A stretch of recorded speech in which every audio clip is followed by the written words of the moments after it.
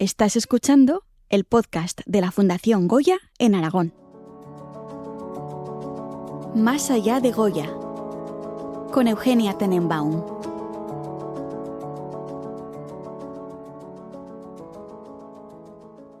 Bienvenida al podcast oficial de la Fundación Goya en Aragón. Un podcast que nace para acercarte la obra y figura de Francisco de Goya desde nuevos puntos de vista. Nosotros somos Ana Gracia y Pablo Lafarga, de Esto no es un museo, y en este episodio vamos a hablar de 3 mujeres que fueron muy importantes para Francisco de Goya: Josefa Valleu, Leocadia Zorrilla y Rosario Weiss.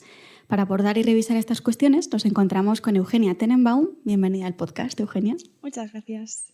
Y como siempre, al menos durante esta segunda temporada, vamos a arrancar haciéndote varias preguntas. Y la primera es, ¿a qué te habrías dedicado en la época de Goya? Me gusta mucho cada vez que en alguna entrevista o en algún espacio me hacen esta pregunta, porque creo que todas en algún momento nos hemos planteado qué lugar nos gustaría ocupar si viviésemos en un momento que no fuera el momento presente. Y esto al mismo tiempo a mí me lleva pues a poner encima de la mesa ya no tanto la romantización que hacemos del pasado, que muchas veces así es, sino sobre todo la romantización que hacemos de nosotras mismas cuando nos proyectamos en el pasado. Porque en este sentido creo que tanto yo como cualquiera de las personas que estamos aquí, a no ser que tengamos, o que tengáis, porque yo desde luego que no, apellidos compuestos, de esos que llevan guión o que son interminables, probablemente perteneceríamos al tercer estamento o al proletariado y la clase obrera. Así que nada de acceso a la cultura, nada de acceso al conocimiento, probablemente nos habríamos muerto pariendo independientemente de que fuésemos heterosexuales, bisexuales o lesbianas, y por tanto este es el lugar que yo habría ocupado. Pero puestas a elegir, pues hubiera querido quizás ser la criada de una familia vinculada de alguna manera a la cultura y a las artes, y que quizás pues poco a poco hubiera podido formarme con el beneplácito de mi señora en la escritura y en la lectura. Y en este sentido, en este contexto, como empezamos hablando un poco de la época de Goya, la siguiente pregunta es ¿cuál habría sido tu plan favorito en un día? No sé si en este contexto o... ¿Cuál hubiera sido mi plan favorito? Pues no trabajar. Los momentos de descanso, sin duda alguna. Sí, yo creo que sí, los momentos de descanso, de cuidar a los animales, de poder pasear incluso y poder encontrarme con mis amigas, que también serían criadas y sirvientas de otras señoras y de otros señores. Así que cualquier espacio de socialización. Hubiera sido bastante gracioso encontrarme con mis amigas lesbianas los domingos en la iglesia. ¿Y quiénes serían tus referencias culturales en aquella época? Pues de poder decidir, yo creo que justo cuando estamos hablando del siglo XVIII y de principios del siglo XIX, no sé si hubiera tenido posibilidad de llegar a ellas, pero me hubiera gustado que fueran en Francia Olympe de Gouges, que fue pues la escritora y filósofa detrás de la primera declaración de derechos de la mujer y de la ciudadana, y también en Inglaterra de Mary Wollstonecraft, mayormente conocida como la madre de la impulsora y la inventora de la ciencia ficción, Mary Shelley, pero que también ella publicó la Vindicación de los derechos de la mujer, que son como los 2 principales referentes con los que contamos en Europa dentro del feminismo ilustrado.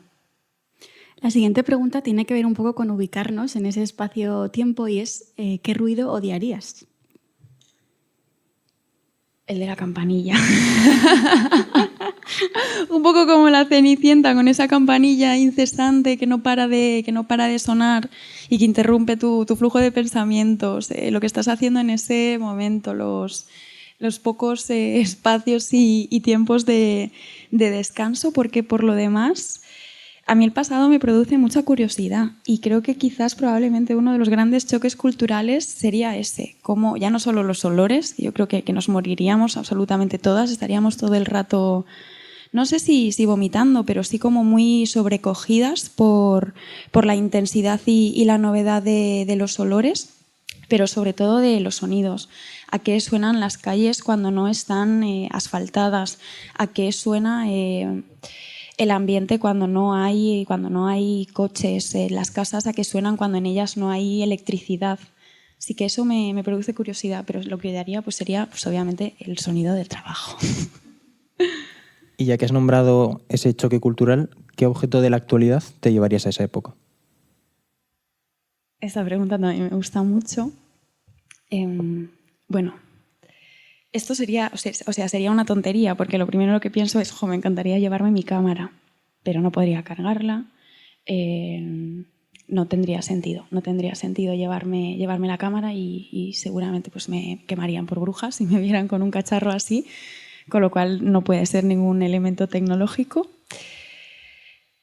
Quizás algo relacionado con la escritura, como por ejemplo un portaminas o un bolígrafo recargable para poder tener a mano siempre algo con lo que escribir y no tener que depender de las plumas y de la tinta.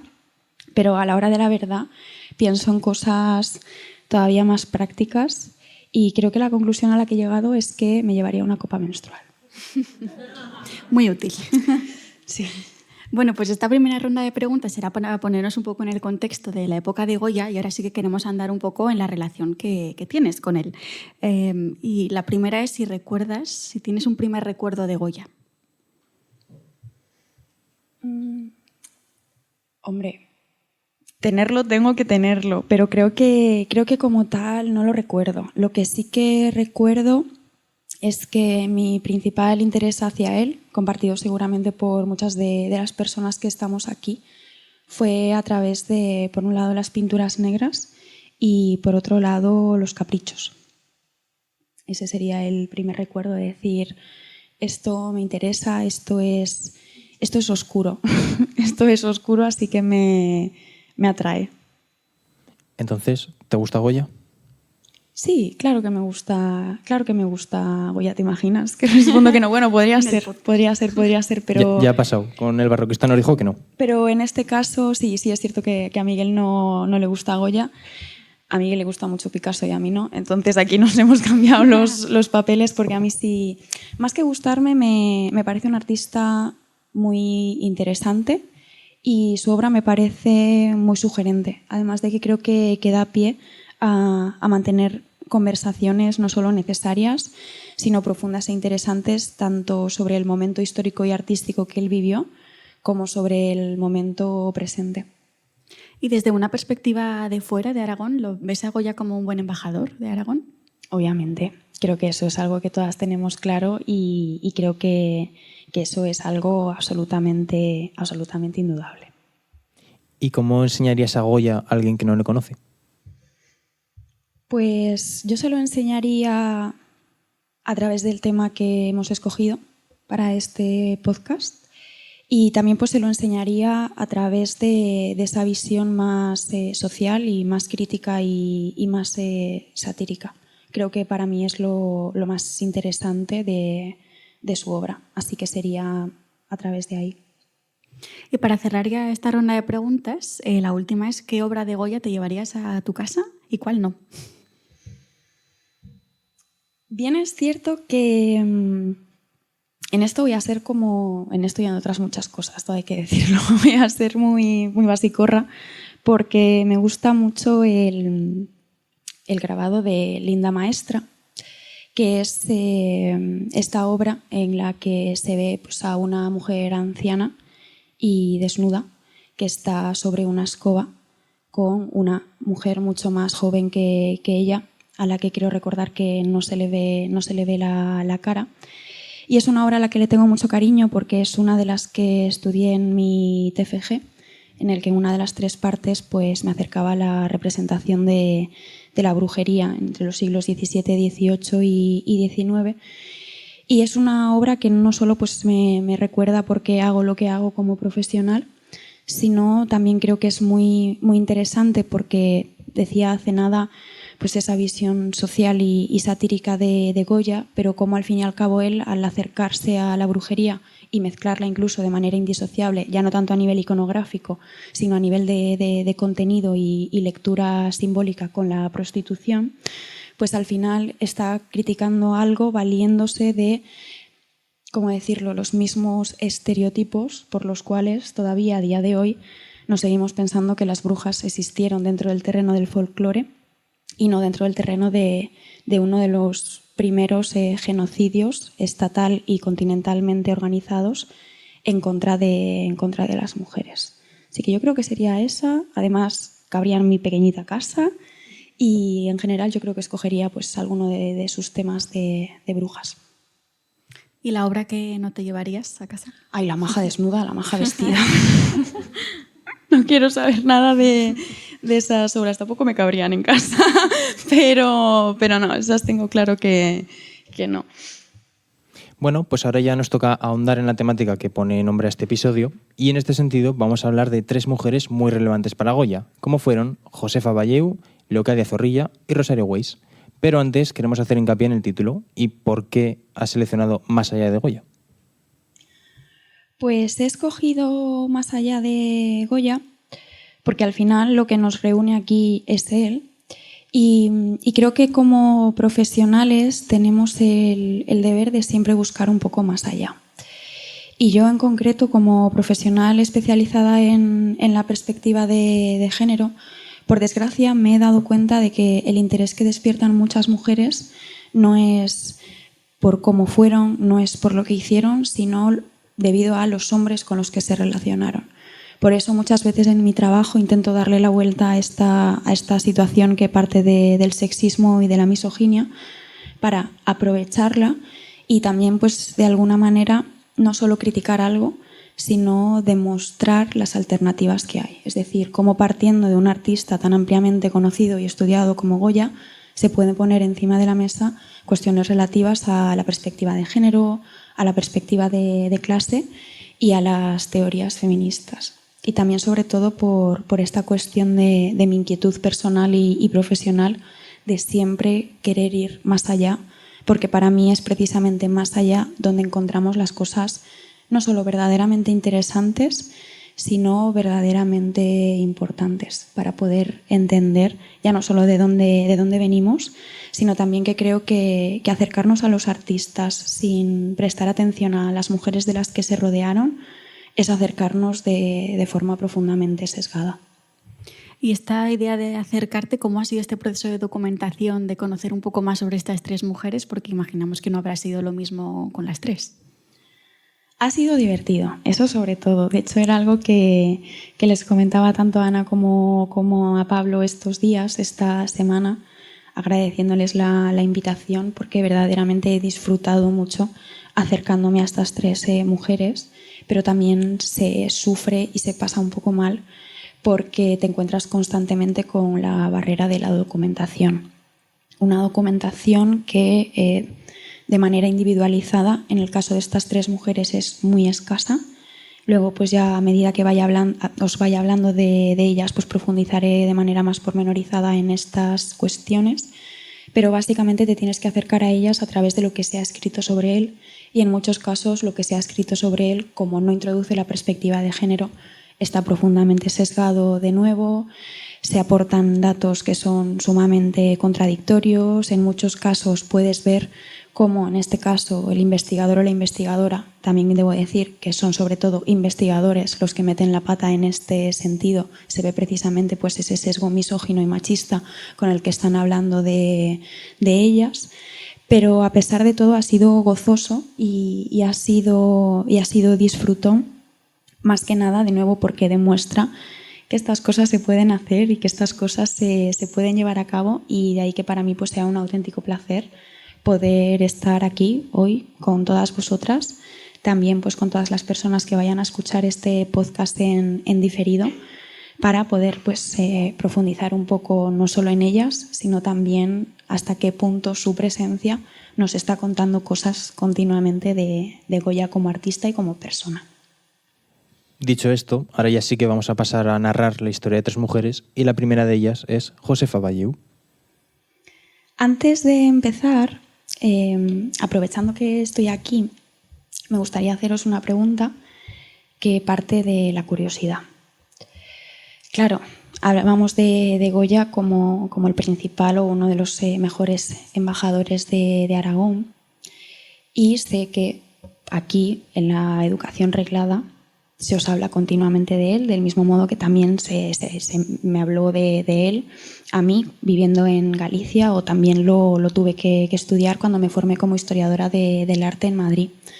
Por eso a mí me gustaría preguntaros si a vosotras, además aquí tenemos una brecha generacional increíblemente maravillosa para esta pregunta, porque hay personas de muchas generaciones aquí, ¿podéis levantar la mano a aquellas personas a las que os hablaran de estas tres mujeres en el colegio, en el instituto, la facultad? No sé cuántas personas puede haber aquí, pero para las oyentes que nos escuchen en diferido, nadie ha levantado la mano. ¿Podéis levantar la mano a las personas que podríais hablar 5 minutos de Goya?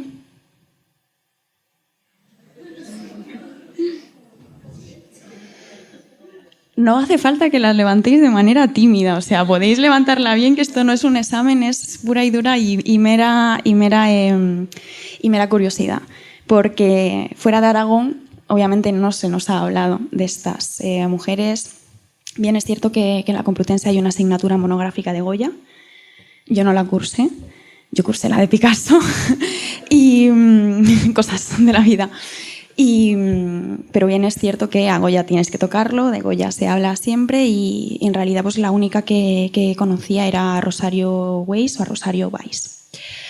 Por tanto, esto va a ir casi como un poco de manera progresiva, además de manera cronológica. Primero voy a hablaros de Josefa Valleu, después de Leocadia Zorrilla y finalmente de Rosario Weiss. A medida que os vaya hablando de ellas, vais a ver cómo la documentación y las fuentes disponibles son más amplias, porque en realidad a la única a la que podemos acercarnos casi de manera individual es a Rosario Weiss. En el caso de Josefa Valleu, de hecho, principalmente nos acercamos a ella a través de Francisco de Goya, en tanto en cuanto fue su primera esposa.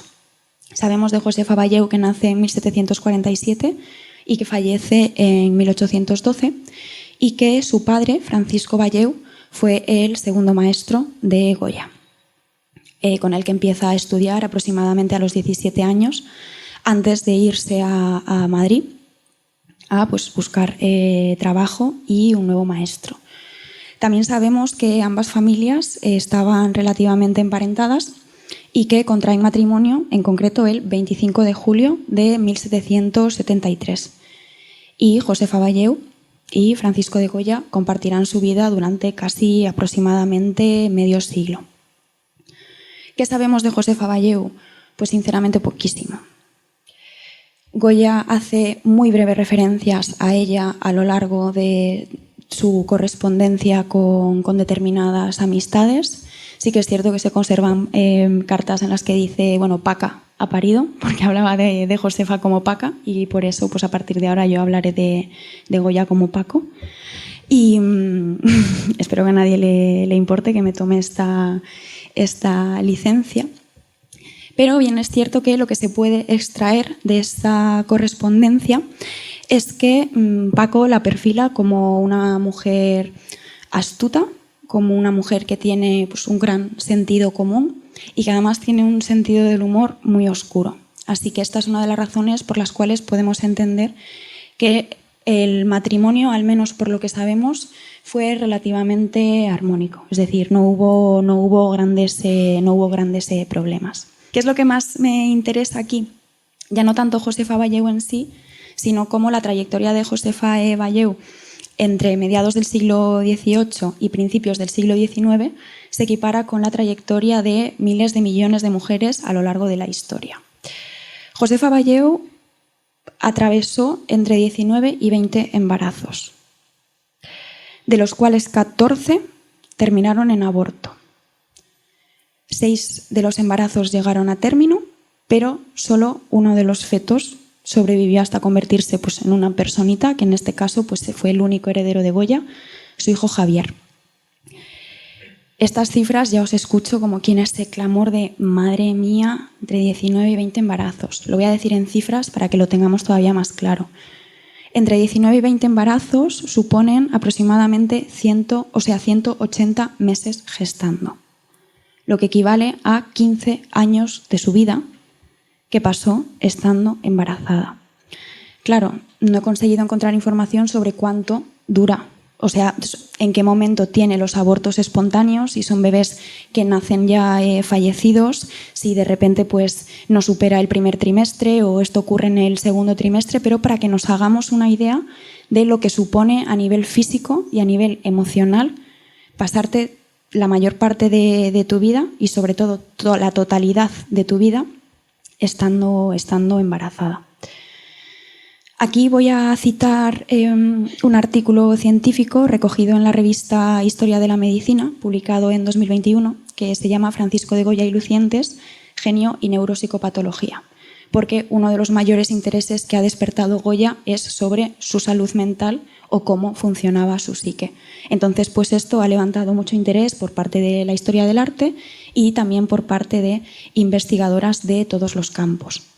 En este artículo pues se barajan determinadas hipótesis. Una de ellas es que Goya, antes de contraer matrimonio con Francisca Valleu, había contraído sífilis. La sífilis es una enfermedad que generalmente se contraía cuando tú consumías prostitución, cuando consumías los cuerpos de las mujeres, y fue pues una enfermedad que se convirtió en una verdadera epidemia tanto en el siglo XVIII como en el siglo XIX. Esto habría causado pues, la mayor parte de abortos prematuros en el caso de Josefa Valleu y también el fallecimiento por sífilis neonatal. Al final no podemos concluir ni podemos dar por sentadas ni instituir como teorías ninguna de estas hipótesis, pero de nuevo, como a mí me interesa mucho sentar puentes entre el pasado y el presente, el hecho de poder hablar de Goya como un putero también nos permite pensar en el siglo XXI, sobre todo en España, y en cómo aproximadamente el 32% de los hombres han consumido o van a consumir prostitución, lo que supone que 1 de cada 3 hombres son puteros y 3 de cada 10 hombres también lo son. De nuevo, para que veamos que cuando hablamos de hombres de otros tiempos, seguimos hablando de hombres de nuestros tiempos. Otra de las razones, otra de las cuestiones para las que a mí me sirve la figura de Josefa Valleu es para hablar del trabajo de cuidados invisibilizado constantemente cuando hablamos de los grandes genios. Un trabajo de cuidados que solo se invisibiliza en el caso de las mujeres. Porque, por ejemplo, siempre se suele reconocer la figura de Sebastián Martínez, un amigo de Goya, que lo cuida cuando él pasa 6 meses en la región de Trillo, en 1793, por las aguas termales. Claro. Se reconoce como quien hay, que bueno, Sebastián Martínez, que cuida a su amigo, y efectivamente las personas sobrevivimos porque nos cuida nuestra red, pero al mismo tiempo, ¿dónde está el reconocimiento del trabajo de cuidados que llevó a cabo Josefa Valleu durante casi medio siglo en relación a Francisco de Goya? No solo haciéndose cargo de él físicamente y emocionalmente, porque todas conocemos lo frágil y lo débil que era la salud física y mental de Francisco de Goya, sino sobre todo teniendo en cuenta que esta mujer estaba casi siempre embarazada. Preguntémonos quién cuidaba a Josefa Valleu cuando Josefa Valleu estaba cuidando a Goya. Y pues también en este sentido me interesa pues de nuevo subrayar no solo el trabajo de cuidado, sino las labores asistenciales de las que no se puede disociar pues, la trayectoria de la mayor parte de artistas, porque también en este caso se suele reconocer la figura de Pedro Gómez como ayudante de Goya durante aproximadamente 27 años. Es decir, a todos los grandes artistas están por un lado cuidándoles sus mujeres y sus esposas, mejor dicho, y también sus ayudantes, como en este caso Pedro Gómez, que de nuevo durante 27 años le preparaba los materiales y las pinturas. Josefa Valleu fallece a los 65 años. Bien, es cierto que es una edad muy poco habitual y era una edad muy poco habitual en aquella época, y más teniendo en cuenta pues, la cantidad de embarazos por los que pasó, y sobre todo teniendo en cuenta pues, este esfuerzo tanto físico como emocional que estos embarazos tuvieron que acarrearle. De ella se conserva únicamente un dibujo que quiero recordar que le realiza a Paco cuando ella tiene aproximadamente 58 años, Y esto pues es a grandes rasgos todo lo que he sido capaz de encontrar sobre ella. Bueno, creo que a pesar de la poquita información que se puede encontrar de Josefa Valleu, nos has acercado muy bien a su figura y, de hecho, la siguiente mujer que tenemos también es una mujer que estuvo durante bastante tiempo de su vida, hacia el final, que es Leocadia Zorrilla. Leocadia Zorrilla, yo no la conozco, obviamente. ¿Os imagináis? Si os digo que la conozco, deberíais preocuparos. Pero me da la sensación de que es una señora que me hubiera caído muy bien y que todas las que estamos aquí nos hubiéramos llevado muy bien con ella. Ella con nosotras no lo sé. ¿Qué sabemos de Leocadia Zorrilla? Bueno, nace en 1788 y fallece en 1856. Por tanto, a la hora de acercarnos y contraponer la figura de Josefa Valleu y de Leocadia Zorrilla, ya tenemos una brecha generacional de aproximadamente 40 años.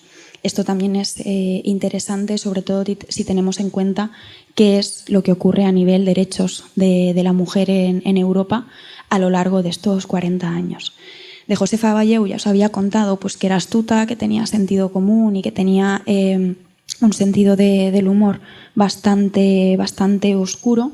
Y pues de Leocadia Zorrilla nos vamos a encontrar con una figura a la que se alude constantemente en términos de era una mujer progresista, era una mujer liberal y era una mujer que tenía las ideas muy claras. En ese sentido, pues lo que en España se entendía pues dentro de esta etiqueta de una mujer afrancesada.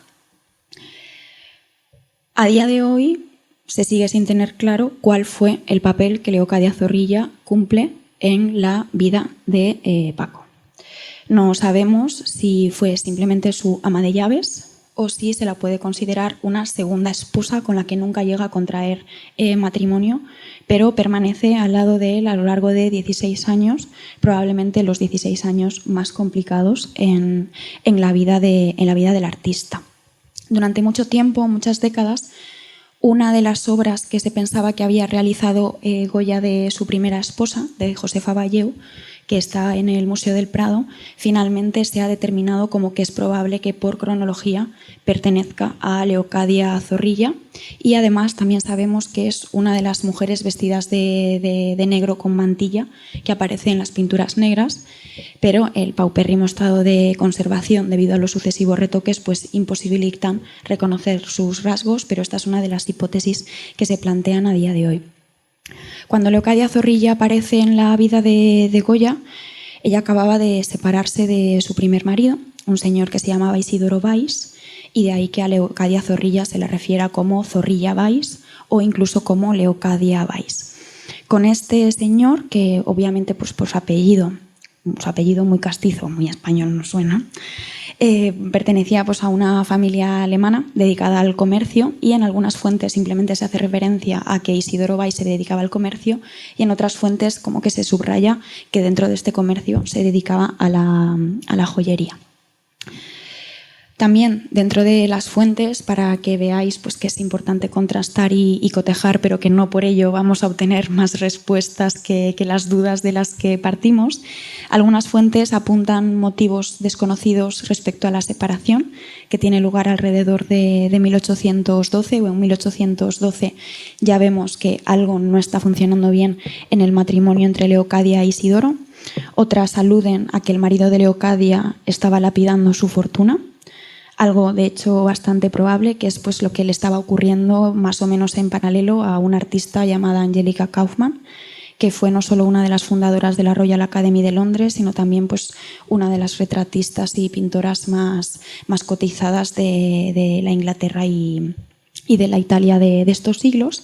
Y luego tenemos un tercer tipo de fuentes que apunta a que el desenlace viene motivado por la infidencia, trato ilícito, mala conducta y genio altanero que Leocadia Zorrilla tenía con Isidoro Valls. Si tenemos en cuenta que era una mujer liberal y progresista y que Isidoro Valls tenía pinta pues, de ser un hombre profundamente misógino, pues esto como que nos puede encajar y puede más o menos empezar a perfilar que tanto ella como él tenían razones para separarse. No sabemos exactamente cuándo Zorrilla y Paco se conocen, pero una de las hipótesis es que puede que fuera en 1805 en una boda en la que estaban las dos presentes. Es alrededor de 1815, 3 años después de que fallezca Josefa Valleu, que Leocadia Zorrilla se traslada para vivir en compañía de Goya con sus 2 hijas, un hijo llamado Guillermo y otra hija llamada Rosario. En función de las fuentes, estas fechas van variando entre 1814 y 1815. Y, como ya había dicho, no le abandona hasta que Francisco de Goya fallece 16 años después. También le acompaña al exilio. Esto también pues, sirve para entender que, del mismo modo que quizás en el caso de Josefa Valleu los intereses eran que tanto Josefa Valleu como Francisco de Goya compartían intereses artísticos, sobre todo también a nivel genealogía familiar, en el caso de Leocadia Zorrilla los intereses serían más de corte político, ideológico, moral y ético. Así que, aunque tenemos determinadas asimetrías en este matrimonio, como la asimetría de edad, cuando se conocen Leocadia tiene 25 años y Goya tiene 68, es decir, hay una considerable diferencia de edad, pues las dos emigran y se exilian a Burdeos en compañía de Rosario Valls y del hijo también de Leocadia, Guillermo. Sabemos que esto ocurre antes del 20 de septiembre de 1824, y pues que Goya vive allí hasta 1828, cuando fallece. Es interesante porque ya hemos visto cómo Leocadia Zorrilla proviene de una familia que no tenía problemas económicos, todo lo contrario, pero que tenemos la hipótesis de que su primer esposo estaba lapidando su fortuna, cosa que los hombres pudieron hacer hasta que las mujeres no nos emancipamos, y que en España pues, los hombres también podían hacer durante la dictadura franquista, cuando de manera histórica a las mujeres se nos ha vetado el acceso a gestionar nuestros propios bienes, acceder a empleos remunerados fuera de casa o ajenos al matrimonio.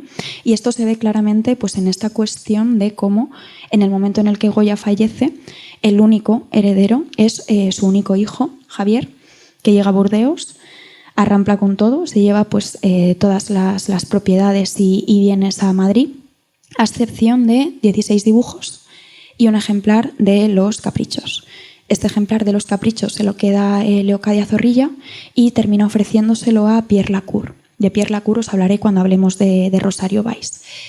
Es interesante porque en una carta que Leocadia Zorrilla escribe y le envía a Moratín el 28 de abril de 1828, le explica pues, cómo fueron los últimos 16 días de la vida de Goya, y le cuenta que justo antes de prácticamente perder la conciencia, aproximadamente 13 días antes de morir, Goya quería introducir tanto a Leocadia como a Rosario en su testamento.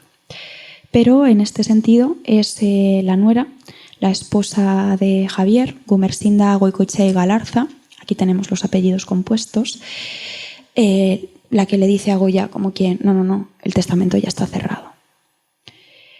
Y también hay que tener en cuenta que desde que Fernando VII, el 30 de marzo de 1826, hasta el fallecimiento de Goya en 1828, digamos que le jubila.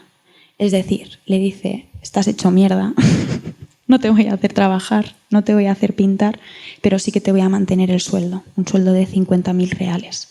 Es decir, un muy buen sueldo. ¿Qué es lo que ocurre? Pues que cuando fallece Goya, tanto Leocadia Zorrilla como Rosario Valls como Guillermo se quedan, pues, sobre todo Leocadia Zorrilla, prácticamente en la indigencia. De hecho, Leocadia Zorrilla fallece en la extrema pobreza y su cuerpo es enterrado en una fosa común. En 2009 se publica la primera monografía que se centra en su figura. 2009. Ella fallece en 1856. Y en 2002 me gustaría cerrar esta parte del episodio con una cita que un escritor llamado Manuel Barrios, es con la que cierra el capítulo que dedica Leocadia Zorrilla en su libro Majas y duquesas, las mujeres en la vida de Goya. Manuel Barrios termina el capítulo así.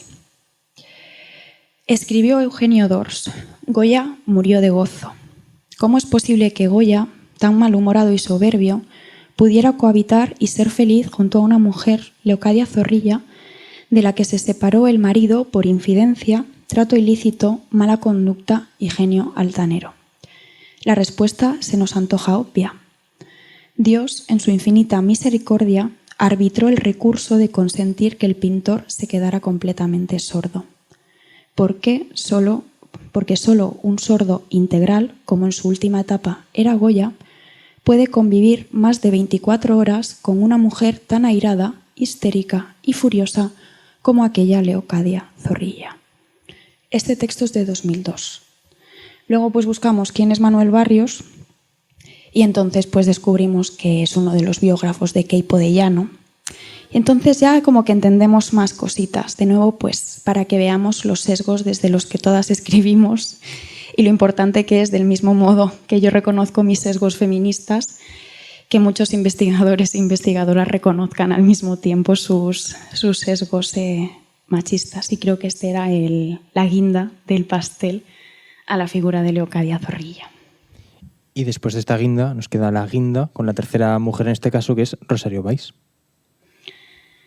Rosario Valls es de la que más información se tiene. De hecho, os recomiendo la lectura del catálogo que dedican a sus dibujos en el Museo Lázaro Galdiano, que es una de las colecciones más ricas de dibujos de Rosario Valls, de la que se conservan pues más de 100 dibujos, además de que de dibujante o dibujanta, fue también pintora, fue litógrafa y también recibió formación musical.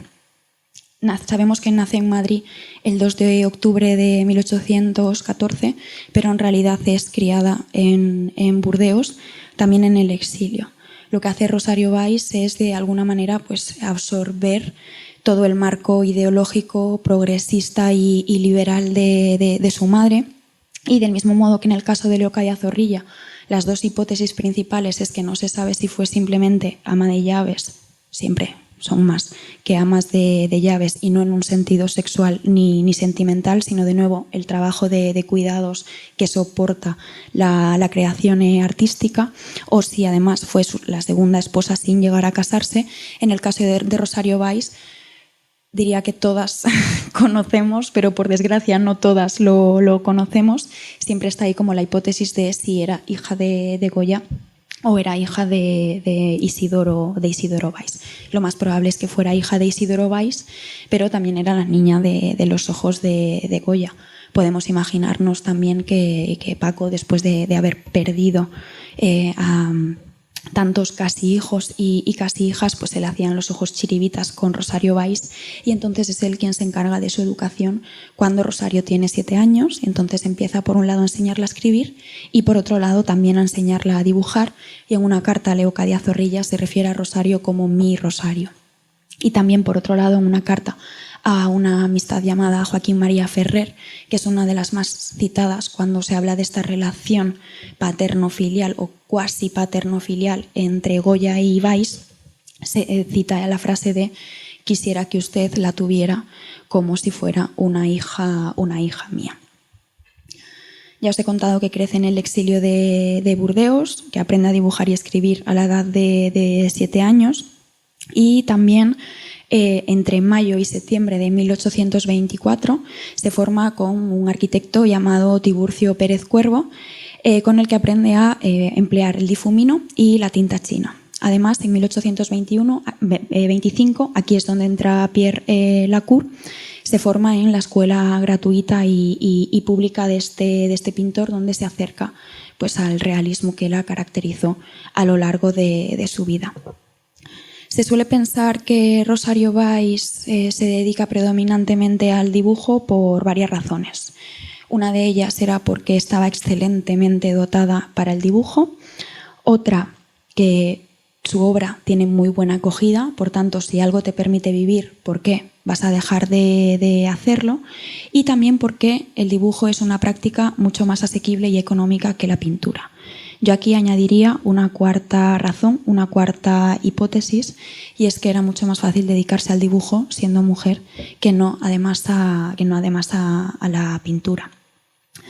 Ella, en el momento en el que fallece Paco, conserva una única obra, que es La lechera de Burdeos.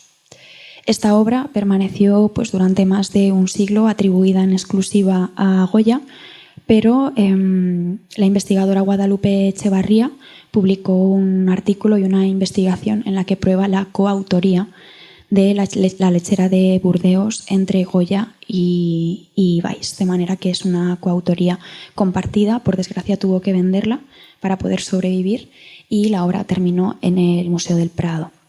Gracias a la amnistía que tiene lugar en España en 1832, Rosario Weiss puede volver al país que la vio nacer pero que no la vio crecer, y entonces a partir de 1833 la encontramos en Madrid partiendo la pana. ¿Por qué digo que parte la pana? Porque la tía llega y empieza ya a trabajar como copista. Empieza a trabajar como copista en el Museo del Prado, en la Academia de San Fernando y también en alguna colección privada como la de la Duquesa de San Fernando.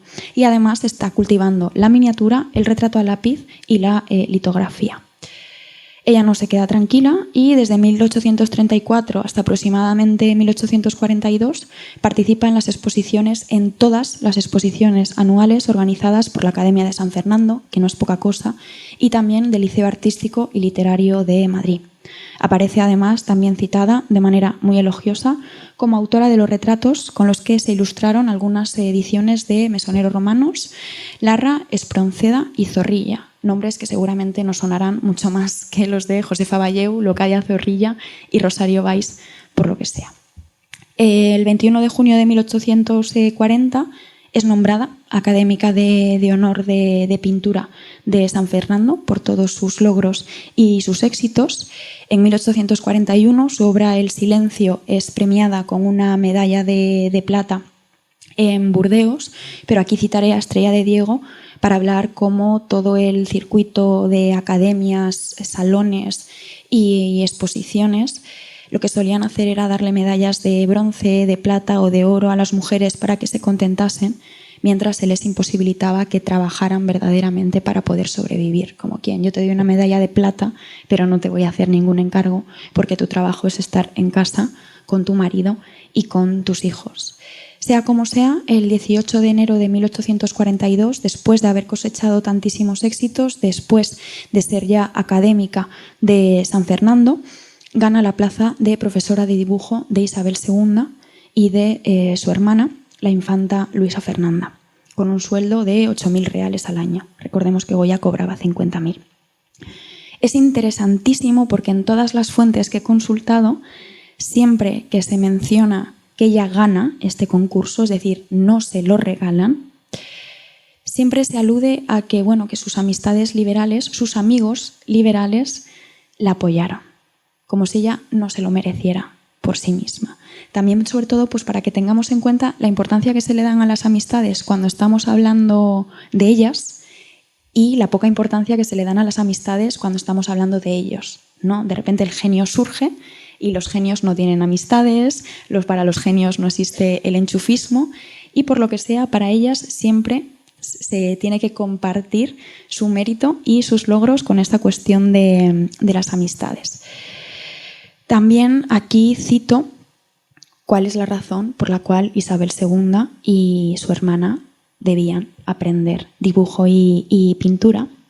Y es que se esperaba que aprendieran lo necesario para perfeccionar el sentido de la vista, para dar hermosura y delicadeza a las labores finas de su sexo, cuando quieran ocuparse de ellas, y también para distinguir acertadamente el mérito de las obras de arte. Esta es una de las razones por las cuales a las mujeres burguesas y de la nobleza o la realeza se les ha permitido acercarse a las artes. Como quien, no queremos que seas tonta porque entonces no vamos a poder casarte, porque a ellos sí que les estamos formando, pero tampoco queremos que seas demasiado lista o demasiado talentosa. Rosario Weiss nunca contrajo matrimonio, lo que sin duda alguna fue una de las razones por las que pudo dedicarse a su pasión, que era el arte, el dibujo, la pintura y la litografía, pero además, por desgracia, no está enseñando dibujo a Isabel II durante mucho tiempo, porque fallece entre los 28 y los 29 años a causa del cólera. Tras su muerte es mencionada por Díaz Canseco en su Diccionario de Mujeres Célebres. por Manuel Osorio, quien le dedica una extensísima reseña en su galería biográfica de artistas, y cuenta también con una entrada en el diccionario enciclopédico de Montaner y Simón. Es decir, ya lo estaba petando en su momento, ya era una artista profunda y profusamente conocida en su momento, a la que sin duda alguna nadie le había regalado nada, porque no olvidemos que su madre murió en la indigencia. Pero, pese a todo, hasta 1956 no se publica el primer artículo dedicado en exclusiva a Valls, a manos de López Rey, y también es curiosamente gracias a este artículo que se produce la descatalogación de obra considerada hasta entonces de Goya. Esta es la razón por la que se conservan tantos dibujos de Rosario Valls, porque se pensaba que eran de Goya. También, de nuevo, para que veamos que el valor del arte siempre es añadido, nunca es intrínseco. Y que si no conocemos a referentes femeninos en las artes, y sí conocemos a muchos referentes masculinos en las artes, es más por una cuestión cultural que no por una cuestión de talento, que no por una cuestión de formalismo. Porque Rosario Valls era buena, era tan buena que su obra ha sido confundida con uno de los grandes artistas de España. Pues también un poco para que revisemos cuál es la formación que recibimos y cómo se construye nuestro gusto estético, y cómo el no poner en valor las contribuciones de las mujeres a las artes es una pérdida enorme, no solo para nosotras, porque es un atentado contra nuestra genealogía, sino que es un atentado contra el patrimonio de absolutamente toda la sociedad. ¿Cuántas obras valiosísimas se habrán perdido, no se habrán conservado o seguirán estando mal catalogadas a día de hoy?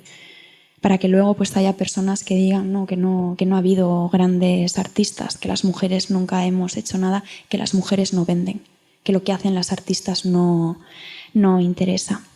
Y bueno, ya para terminar, pues hubo que esperar a 2008 para la publicación de la primera monografía de esta maravillosa, importante y talentosa artista. Bueno, creo que coincido con todas las personas que estamos aquí en la sala de que seguiríamos horas y horas escuchándote hablar. Luego continuaremos en la parte de preguntas, pero sí que tenemos que ir cerrando el podcast y lo queremos hacer con una pregunta, y es que si tuvieses a Goya aquí delante, a Paco, ¿qué le dirías? Creo que más que decirle algo, me gustaría que nos hablase él, que nos dijera pues qué es lo que piensa del siglo XXI, y por mi parte yo creo que lo que haría sería agradecerle que persiguiera el tipo de arte que él quería hacer y que reflejase las cuestiones que él quería reflejar, porque creo que es evidente que valoro mucho a las personalidades que de alguna manera crean en el ostracismo, y Goya, incluso Goya, también tuvo que hacerlo. Así que ojalá, quizás lo único que le diría es, ojalá hubieras valorado más a las mujeres que te permitieron llegar a donde llegaste. Bueno, pues con esto damos por concluido este episodio del podcast de la Fundación Goya en Aragón. Muchas gracias, Eugenia, por estar con nosotras. Gracias a vosotras por la invitación. Por supuesto, muchas gracias a quienes habéis venido presencialmente a la grabación y obviamente a quienes nos estáis escuchando en las plataformas de audio. Nos escucha. Esto es una muy buena señal, ¿eh? Y eso que al principio por los nervios, en lugar de muerto, dije morido. Y yo como, ¡me muero! Ahora sí, nos escuchamos en el próximo episodio del podcast de la Fundación Goya en Aragón. Ahora sí.